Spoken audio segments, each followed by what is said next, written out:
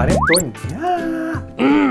E aí, meus amigos e minhas amigas, Vitor Hugo do Prato Fundo mais uma vez com vocês, e hoje uma receita que vocês me pediram aqui no YouTube, no Instagram, no Facebook, que é o chocotone, ou seja, o panetone de chocolate em duas versões, o tradicional e o recheado. Sim, lá no site, aqui no canal, nós já temos receitas de panetones, mas como eu ia fazer mais uma vez, a gente dá uma diferença, faz uma adaptation, sabe como é que é, para ficar ainda melhor, mais gostosa, mais incrível. Então vamos começar! A primeira etapa é fazer a esponja. Você vai misturar 130 gramas de farinha de trigo, 13 gramas de fermento biológico seco instantâneo.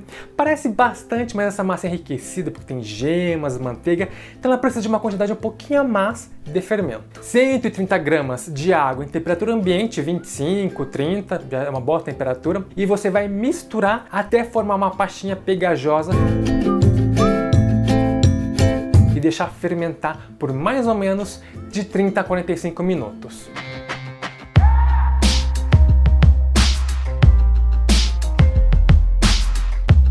Depois que a nossa esponja ficou ali fermentando, quietinha, vamos colocar os outros ingredientes. Vamos colocar 130 gramas de gemas, é ideal por peso, mas é mais ou menos 8 unidades de gemas, cada uma tendo 16 gramas. 135 gramas de açúcar cristal, com 20 gramas de leite em pó desnatado ou integral. E aqui é opcional, 25 gramas de glicose líquida transparente. Se você não tiver e não encontrar, não precisa colocar. Mas se você tiver, eu recomendo bastante, que ajuda na umidade da nossa massa. Vai misturar ligeiramente e vai adicionar 120 gramas de água. Agora uma parte muito importante, que para mim é o que dá sabor, o que dá vida, a alma, a essência para o panetone, que é o sabor característico dele. O quarteto fantástico de sabor de panetone natural, mais ou menos, né? Enfim, com a união dos seus poderes, baunilha, limão siciliano, tangerina e laranja, nós temos o aroma, a alma de panetone. Aqui eu usei 15 ml de extrato de baunilha que eu faço, mas se você não tiver, você pode usar meia fava de baunilha, raspadinha ali, bonita, sabe como é que é? Se não tiver também a fava, você pode usar essência de baunilha de 1 a 2 ml, mais ou menos, vai depender da marca, porque algumas são mais fortes. Seguido de raspas de limão siciliano, em torno de 10 gramas, é um limão siciliano grande, 10 gramas de raspas de tangerina ou mexerica, mais ou menos também uma unidade grande, e 20 gramas de raspas de laranja, pode ser pera, pode ser lima, que é mais ou menos 2 unidades. Mas, de novo, como esses produtos são um pouquinho caros, dependendo principalmente de baunilha, se você não quiser gastar, pode usar a essência sim. Só que toma cuidado para não colocar demais, para não ficar tão artificial o sabor de panetone. Vamos misturar todos esses ingredientes e agora acrescentar 520 gramas de farinha de trigo. Talvez pode ser necessário um pouquinho mais, mas geralmente não. Agora 160 gramas de manteiga semi-amolecida e por final 6 gramas de sal refinado. E agora temos que sovar a massa. Ela pode ser feita manualmente numa bancada, numa superfície limpa e lisa, ou se você tiver uma batedeira planetária que aguente o tranco, também pode ser feito. Nós temos que sovar até chegar ao ponto de véu.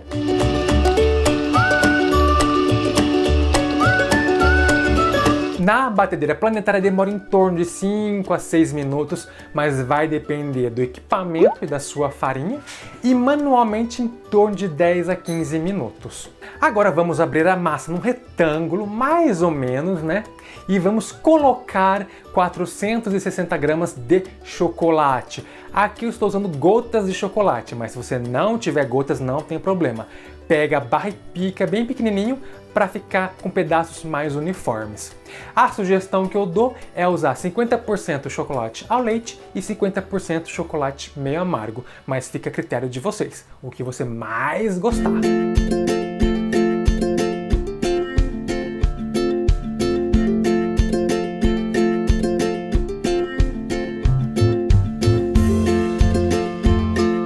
Depois do chocolate todo incorporado, deixar ele descansar por 20 minutos.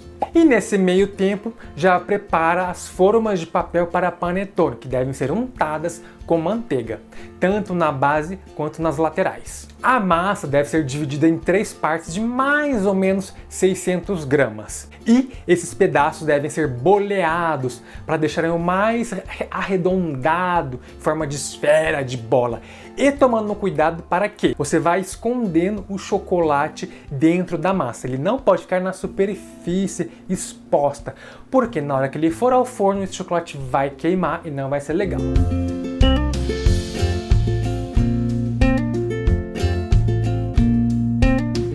Depois de boleada, vamos colocar as massas dentro das formas de papel já untadas e deixar fermentar até dobrar de volume, em torno de 1 hora, 1 hora e meia.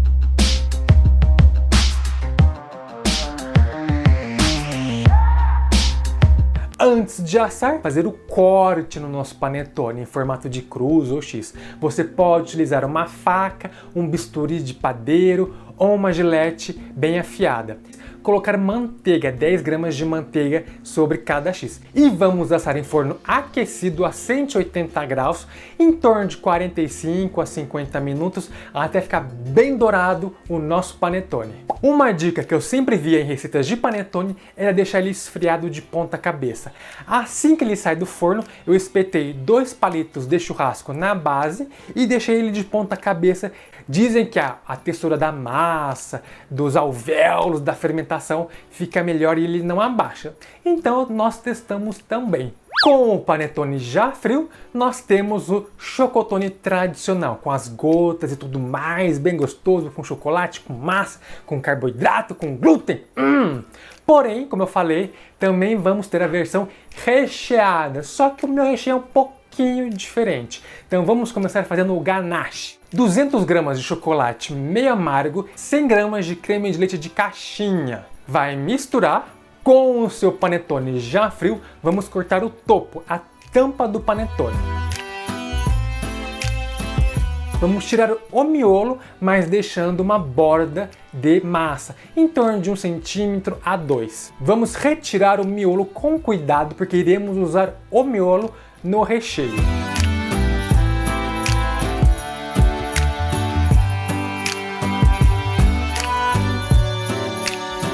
Vamos fazer uma camada de chocolate na cavidade, tanto na base quanto nas laterais. Você pode utilizar um pincel ou uma colher para isso. Com cuidado, vamos rasgar o miolo que nós tiramos, para deixar pedaços menores, mas sem amassar, porque nós queremos a leveza da fermentação. E vamos acrescentar a este miolo rasgado parte do ganache, distribuindo muito bem e misturando, para ficar coberto com essa mistura de chocolate. Com cuidado, vamos retornar o miolo já com o chocolate dentro da cavidade do nosso panetone. O que sobrou, vamos colocar sobre o recheio já dentro do panetone. Pincelar o topo e depois é só colocar a tampa. E tá pronto o nosso panetone chocotone recheado. Olha só que bacana!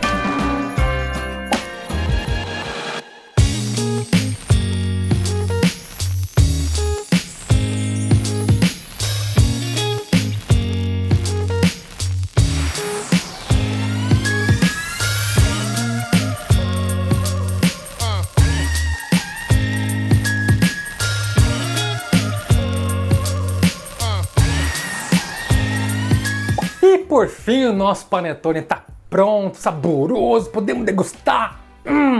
Mas antes um detalhezinho em relação ao modo de esfriar, que eu deixei testando ele de ponta cabeça, porém também deixei ele normal, subir uma superfície, uma grade, para estar esfriando como a gente deixa pão normalmente. Testei os dois, comi uma fatia do de ponta cabeça e do normalzinho.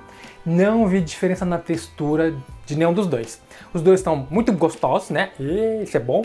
A textura também não mudou muito. O que ficou normal em pé, basicão, a massa ficou coesa, não ficou embatumada, tanto um quanto o outro. Se eu fizer um teste cego, sem saber qual é qual, eu não conseguiria diferenciar qual que ficou de ponta cabeça e qual que não ficou de ponta cabeça. Então, particularmente, eu achei que não deu diferença na textura, no alvéolo, na massa, na rede de glúten do nosso panetone.